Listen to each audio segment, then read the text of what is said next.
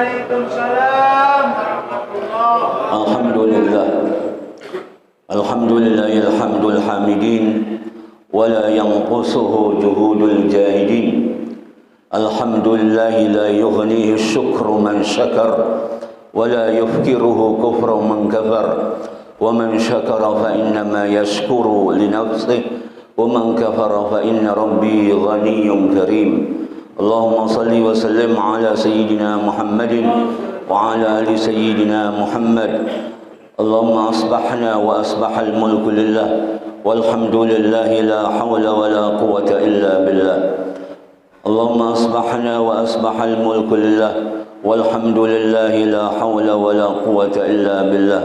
Allahumma asbahna wa asbahal mulku lillah walhamdulillahi la hawla wa la quwwata illa billahil aliyyil azim. Hadratil kiram an-nujaba, para jamaah salat subuh di Masjid Baitul Muhajirin yang dimuliakan oleh Allah Subhanahu wa taala. Alhamdulillah kita bertemu lagi dalam suasana belajar dan belajar. Semoga Allah Subhanahu wa taala selalu melindungi kita dari segala macam yang tidak kita inginkan, dan pada akhirnya kita menjadi manusia yang selamat fid dini wad dunya wal akhirah. Ayyuhal hadirun rahimakumullah. Setiap pagi kita sebenarnya harus mengucapkan bismillah. Ketika kita bangun tidur, kita mengucapkan bismillah. Mau ke masjid, kita mengucapkan bismillah. Dengan nama Allah, bukan dengan nama sesuatu yang mau kita kerjakan atau yang kita inginkan, tetapi dengan nama Allah yang menghendaki segala-galanya dan mentakdirkan kita semuanya bisa hadir di sini. Karena kan tanpa keterlibatan Allah Subhanahu wa taala kita tidak mungkin terjadi. Kita dikasih sedikit sakit saja, apalagi sakit berkepanjangan, naudzubillah, maka kita tidak bisa hadir seperti sekarang ini. Oleh karena itu, ketika kita mengucapkan bismillah dengan niat dalam hidup ini ibadah. Karena kalau kita niatkan ibadah, segala sesuatu itu akan mendapatkan pahala dari Allah Subhanahu wa taala. Mau makan, kita niat ibadah. Mau tidur, kita niat ibadah. Bekerja, ibadah. Semuanya itu niat ibadah, bukan untuk menuruti hawa nafsu. Maka itu akan mendapatkan pahala dari Allah Subhanahu wa taala. Di samping itu, kita mengatakan dalam diri kita, jadikan masa lalu kita itu sebagai sebuah pelajaran untuk menata di masa depan yang lebih baik. Mungkin kita pernah dilukai sama orang lain, dan mungkin kita juga pernah melukai orang lain. Tetapi dari situ kita akan bisa belajar bagaimana kita bisa menghargai, menghormati, berkorban, dan sekaligus memperhatikan manusia. Kadang kita dibohongi orang, dan mungkin kita pernah membohongi orang. Tetapi dari situ kita akan bisa belajar bagaimana arti yang namanya kejujuran. Ma'asyiral muslimin rahimakumullah. Oleh karena itu, setiap kali kita mengerjakan sesuatu dalam hidup ini, semuanya kita habiskan dalam hidup ini, dan itu tidak akan terulang kembali.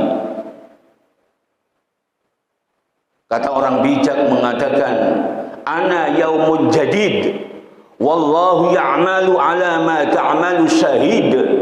Saya ini, hari ini adalah hari yang baru. Setiap hari itu baru. Dan wallahu ala ma ta'malu syahid. Allah yang menjadi saksi akan perbuatan kita, ma'asyiral muslimin. Setiap hari itu berubah. Kalau Anda perhatikan, hari ini dengan hari kemarin berbeda, suasananya berbeda.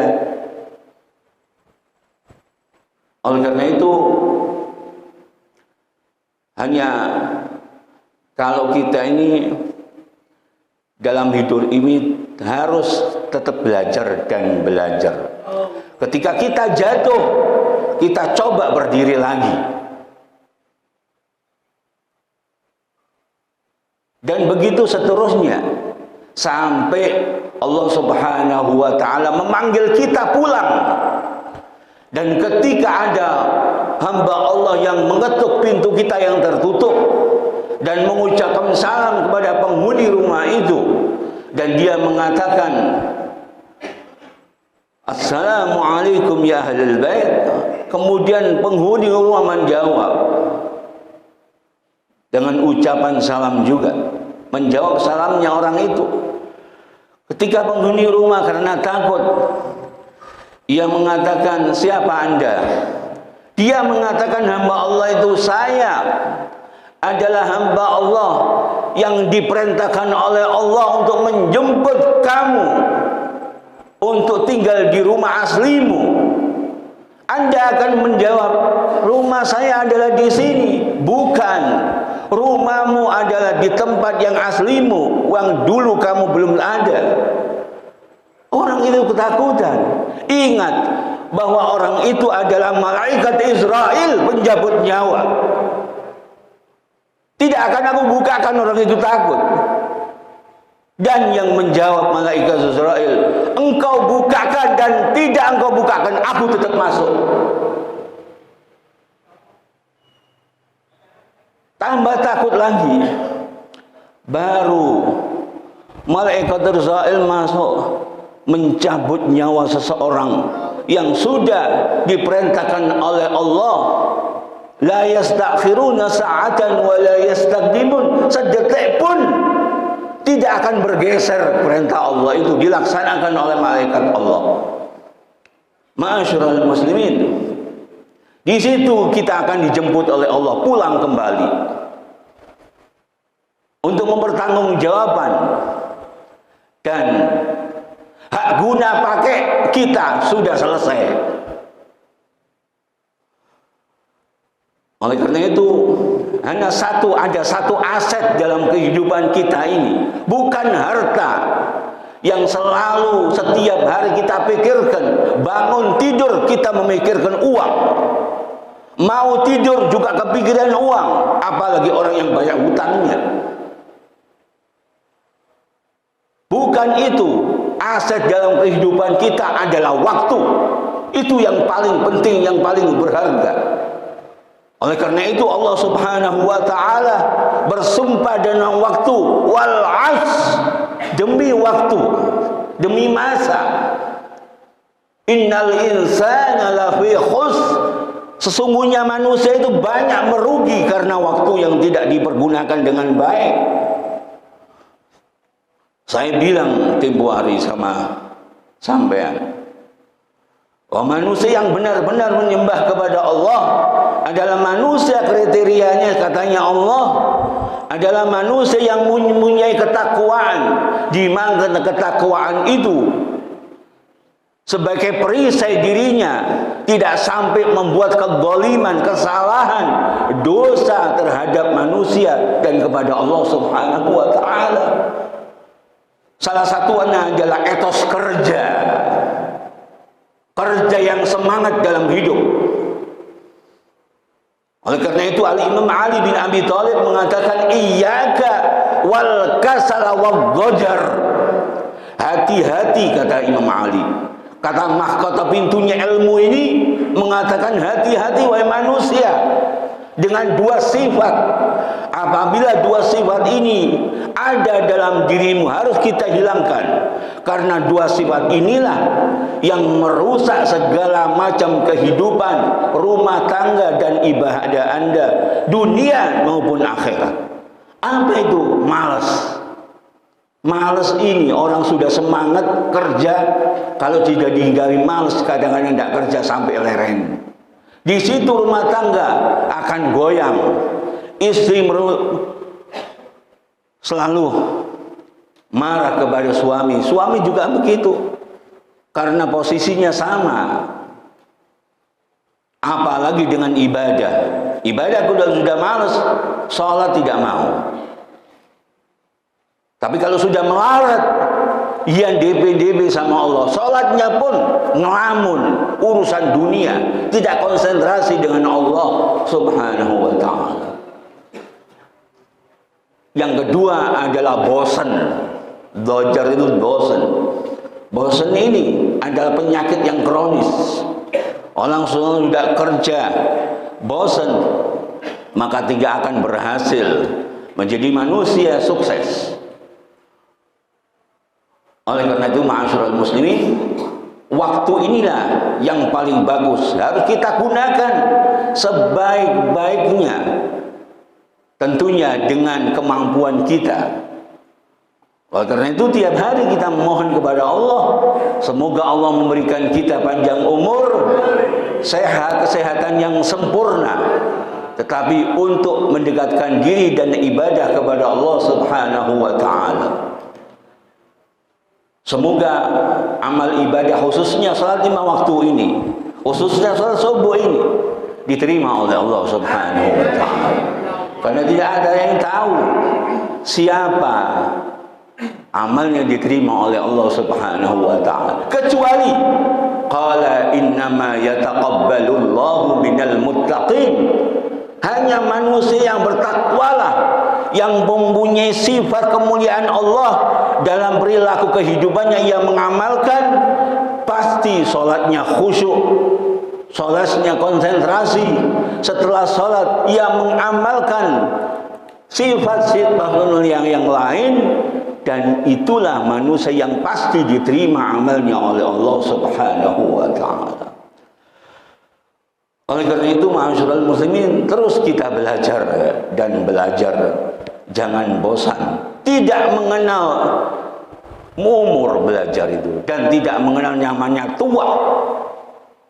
Semuanya itu tujuannya adalah untuk memperbaiki diri kita masing-masing sampai kita dipanggil oleh Allah Subhanahu wa ta'ala.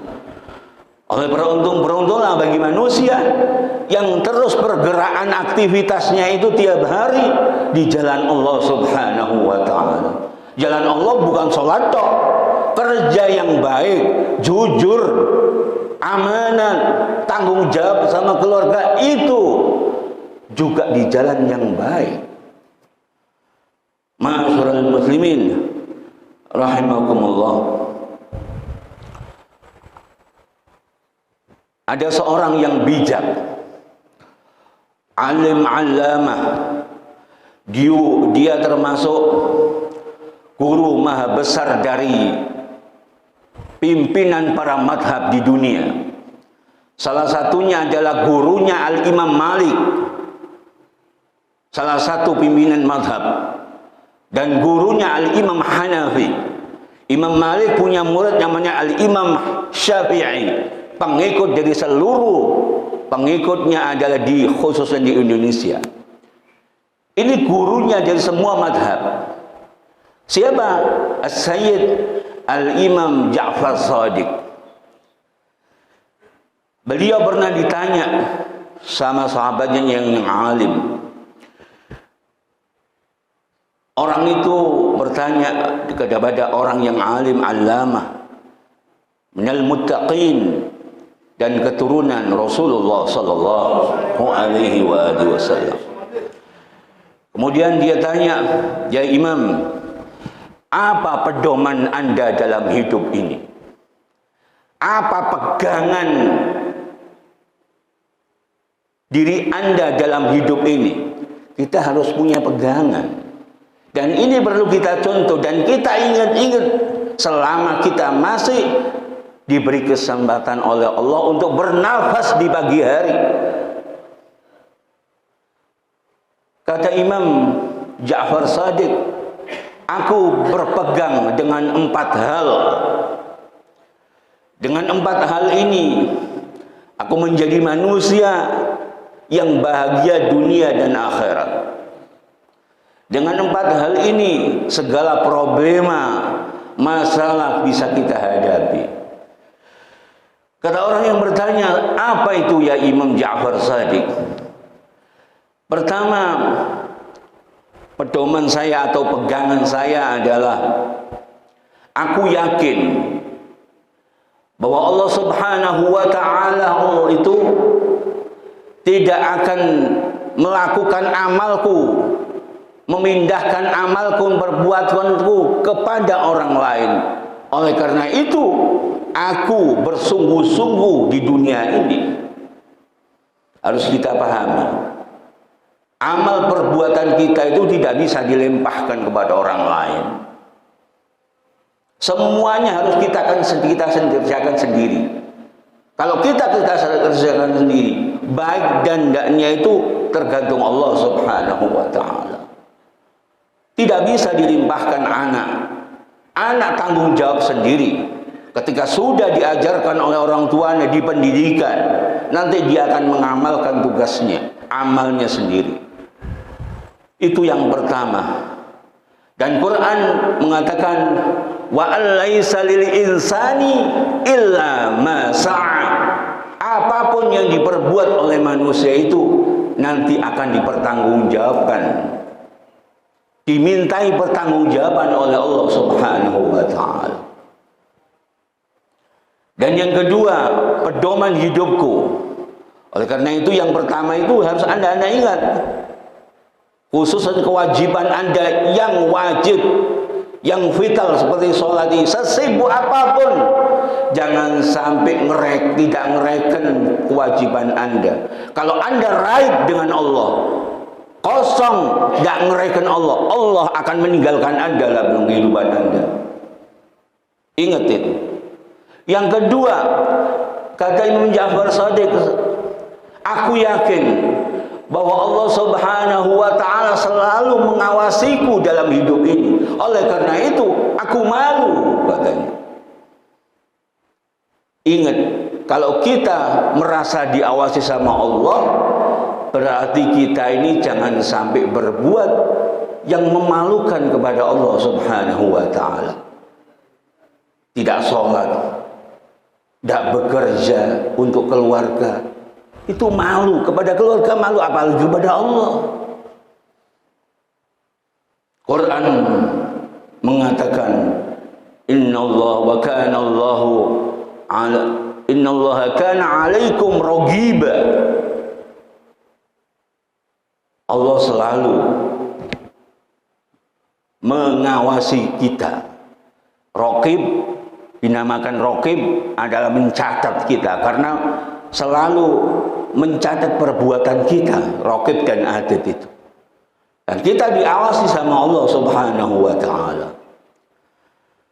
Dan yang ketiga, kata Imam Ja'far Shadiq, aku yakin bahwa Allah Subhanahu wa ta'ala tidak akan pernah mengambil rezekiku di dunia ini dimakan sama orang lain. Oleh karena itu, kata Imam Ja'far Shadiq, saya hidup di dunia ini tenang. Jangankan diambil, tertukar saja rezeki Anda, tidak mungkin. Kalau sudah waktunya rezeki Anda, maka dikasihkan oleh Allah Subhanahu wa ta'ala. Anda akan ketemu. Yang penting adalah khutbah, sikuti obat. Pasti Anda mendapatkan rezeki dari Allah Subhanahu wa ta'ala. Lihat cecak itu. Tidak bisa menghampiri makanan yang begitu jauh terbang. Tetapi Allah Subhanahu wa ta'ala, saya janji setiap makhluk yang hidup pasti aku akan berikan makan. Sehingga di dinding itu makanan yang didekat sama Allah baru dicaplok. Begitu dengan Anda, ma'asyiral hadirin, jangan sampai ragu. Yang penting kita ini sudah ikhtiar mentok dengan ilmu dan modal seadanya. Wal bagi dekat DP doa kepada Allah Subhanahu wa ta'ala. Wa ma min dabbatin illa 'alallahi rizquha. Itu kata Al-Qur'an. Tidak satupun makhlukku di dunia yang bernyawa, termasuk kita ini sebagai manusia, yang tidak akan mendapatkan rezeki dariku. Yang penting kita ini tidak males. Yaitu saya bilang tadi, Imam Ali bilang, penyakit kronis itu males, bikin rusak segalanya. Giat, harus giat. Kalau setan itu giat menggoda Anda supaya Anda jadi barengnya, konconya di nerakanya. Tetapi kita harus giat untuk fafirru ilallah, supaya kita mendapatkan rahmat dari Allah Subhanahu wa ta'ala. Ayul hadirun, kadang orang mengatakan rezeki itu sorong oleh. Bagi dia yang malas ya, tapi bagi orang yang giat tidak. Karena ibadah, umpama Anda kerja tidak dapat uang, tapi dapat pahala dari Allah Subhanahu wa ta'ala. Tetapi pasti Allah Subhanahu wa ta'ala sedikit pun itu diberikan oleh Allah Subhanahu wa ta'ala. Bukan karena presiden. Banyak orang sebelum presiden ada, dari Harto, dari SBY, itu ada orang yang kaya sebelum jadi presiden, enggak? Banyak kan? Banyak. Kayanya ini bukan karena presiden. Begitu juga melarat, miskin. Kadang-kadang orang nyalakan pimpinan kita. Bukan presiden itu menjadikan miskin. Memang secara syariat penyebab ada, tetapi secara hakikat tauhid itu ada syariah, secara syariah dan secara hakikat. Secara hakikat kita bukan jangan bisa menyalahkan. Memang ada. Kalau pimpinan kita ini zalim, penyebabnya masyarakat menjadi korbannya. Penyebabnya ada. Tetapi secara hakikat bahwa kita ini kaya karena takdir juga, karena nasib. Makanya ada lagu ya nasib, ya nasib. Nasib kalah ambil nasib kadang-kadang. Takdir lah. Itu kadang-kadang orang miskin, asalnya miskin. Tetapi kalau dia males, bosenan, inginnya, tabiatnya ingin menjadi bos tok. Ada kan orang ingin jadi bos tok, nggak mau jadi karyawan. Orang gitu, nggak akan bisa seperti itu. Dia tidak punya potensi. Ada orang modelnya jadi foto model saja, ingin jadi wali kota atau yang lainnya, nggak bisa memimpin. Ada banyak yang kontra, yang tidak suka dengan dia. Jadi intinya itu, kalau Imam Ali bin Abi Thalib mengatakan bahwa rezeki itu ada dua, rizqu rizqan, talibun wa matlubun. Ada yang dicari oleh manusia umum, seperti kula panjenengan ini boleh. Ada yang keluar Jawa, nyupir, ada yang dodolan ayam, macam-macam. Itu namanya nyari kerja. Tapi ada yang rezeki mencari, tetapi diawali kerja keras yang luar biasa, yaitu menjadi manusia muttaqin yang tidak gila dengan dunia. Dunia dianggap tidak begitu penting. Ya penting hanya untuk secuil saja. Beda misalnya lebih banyak fokusnya kepada dunia. Romo Kiai Hamid, Allah irhamu, Romo Kiai Haji Abdul Hamid bin Abdullah, orang wali di kota kita saja. Kalau saya di Surabaya cerita Sayyid Rahmatullah, atau kalau Qadi Madura Kiai Khalil Manggalan. Banyak orang-orang yang mencapai seperti itu. Lihat, ia tidak pernah gila dengan dunia. Kerja ya, tetapi tujuannya bukan mencari uang, ingin silaturahmi. Sudah saya jelaskan tempo hari. Beda, kita tidak bisa niru seperti itu. Makomnya bukan seperti itu. Karena hati kita masih dikuasai dengan hawa nafsu dan seterusnya. Orang itu ma'rifatnya tinggi kepada Allah Subhanahu wa taala. Ma'asyiral muslimin, oleh karena itu takdir itu bukan paten. Bisa dirubah dan bisa tidak dirubah. Kalau tidak bisa dirubah namanya qadha. Takdir itu bisa dirubah. Wong ireng isa putih, sabunanono sak pirang dos itu. Wis bendina sak dos entek kangge wajahe lho kok sing ireng ae, itu namanya qadha. Hatta sampean operasi, engko ora operasi entek duwe tambah loro kabeh, penyat-penyut dak karuan. Karena merubah sunnatullah. Ada takdir yang bisa dirubah. Orang jualan tidak disukai sama konsumen pembeli. Coba apa diteliti? Nggak tahu nih, kejujurannya kurang. Ngurangi timbangan kadang-kadang. Atau medit. Kemudian dirubah. Loman. Pembeli dikasih bonus. Bati. Tapi ada orang saking medite njaluk bati akeh ada. Berubah, kejujurannya ada. Hanya berkah banyak pembeli. Itu namanya takdir bisa dirubah. Jadi kembali lagi kepada pedoman hidup yang dijelaskan oleh Imam Ja'far Shadiq alaihissalam. Beliau mengatakan yang pertama, yang ketiga adalah bahwa seluruh aku yakin bahwa rezekiku tidak mungkin dimakan orang lain. Pasti aku akan makan. Jangankan dimakan, tertukar saja tidak mungkin.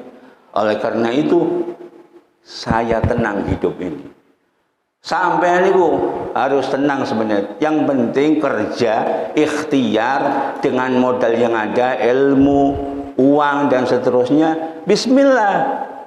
Selanjutnya waktu sholat. Sedikit banyak diterima, legowo, ridho.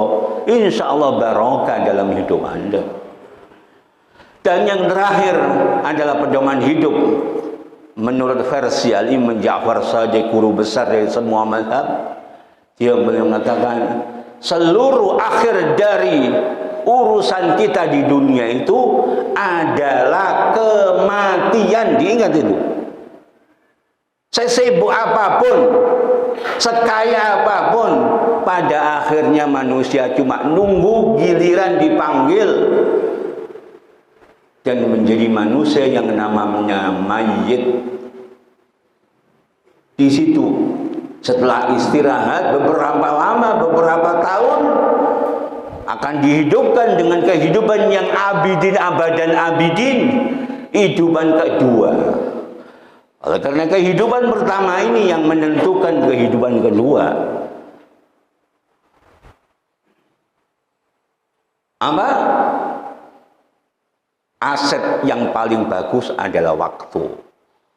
Waktu ini Anda hidup, itu untung. Umpama sekarang ini Anda diambil sama Allah, tidak bisa hadir di sini. Mau menambah lagi, ya Allah hidupkan, tidak mungkin, sudah terlambat. Oleh karena itu kita gunakan kesempatan ini. Jangan jauh umur panjang tok, tapi kangge begadang. Yang ketiga, masyarul halin, tapi insya Allah kita bahas di bulan yang akan datang. Yang penting inilah pedoman hidup menurut orang besar. Mudah-mudahan Allah Subhanahu wa ta'ala bisa menjadikan pelajaran-pelajaran yang dijelaskan orang besar ini mampu kita jadikan sebagai cermin dan kita amalkan dalam kesempatan di mana kita masih diberikan panjang umur sama Allah Subhanahu wa ta'ala, sehingga kita menjadi manusia yang besar juga karena kita mengikuti orang yang barokah jadi barokah. Oleh karena itu jangan bosan-bosan, saya katakan belajar dan belajar tidak lain untuk memperbaiki diri kita masing-masing supaya kita menjadi manusia sukses, beruntung dunia di kuburan maupun di akhir. Inilah yang ingin saya sampaikan, mudah-mudahan bermanfaat untuk kula khususnya dan panjenengan sedaya. Bismillahirrahmanirrahim. Alhamdulillahi Rabbil Alamin. Allahumma salli wa sallim ala Sayyidina Muhammadin wa ala ali Sayyidina Muhammad. Allahumma rizqna tawfiq at-ta'ah wa bu'd al-ma'siyah wa sidq an-niyah wa irfan al-hurmah wa akrimna bil huda wal istiqamah wa saddid alsinatana bis sawab wal hikmah واملأ قلوبنا بالعلم والمعرفة وطهر بطوننا من الحرام والشبهة واكفف أيدينا عن الظلم والسرقة واغضض أبصارنا عن الفجور والخيانة وتفضل على علمائنا بالزهد والنصيحة وعلى المستمعين بالاتباع والموعظة وعلى المرضى المسلمين بالشفاء والراحة وعلى شباب الإنابة والتوبة وعلى النساء بالحياء والعفة وبارك للحجاج والزوار في الزاد والنفقة واقضي ما أوجبت عليهم من الحج والعمرة بفضلك ورحمتك يا أرحم الراحمين يا أرحم الراحمين. اللهم اجعل جمعنا هذا جمعا مرحوما وتفرقنا من بعده تفرقا معصوما ولا تجعل فينا ولا معنا شقيا ولا محروما برحمتك يا أرحم الراحمين. ارحمنا وبحق ربنا آتنا في الدنيا حسنة وفي الآخرة حسنة وقنا عذاب النار. وصلى الله على سيدنا محمد وآله الطاهرين وسلم تسليما كثيرا والحمد لله رب العالمين والعفو منكم والسلام عليكم ورحمة الله وبركاته. Waalaikumsalam.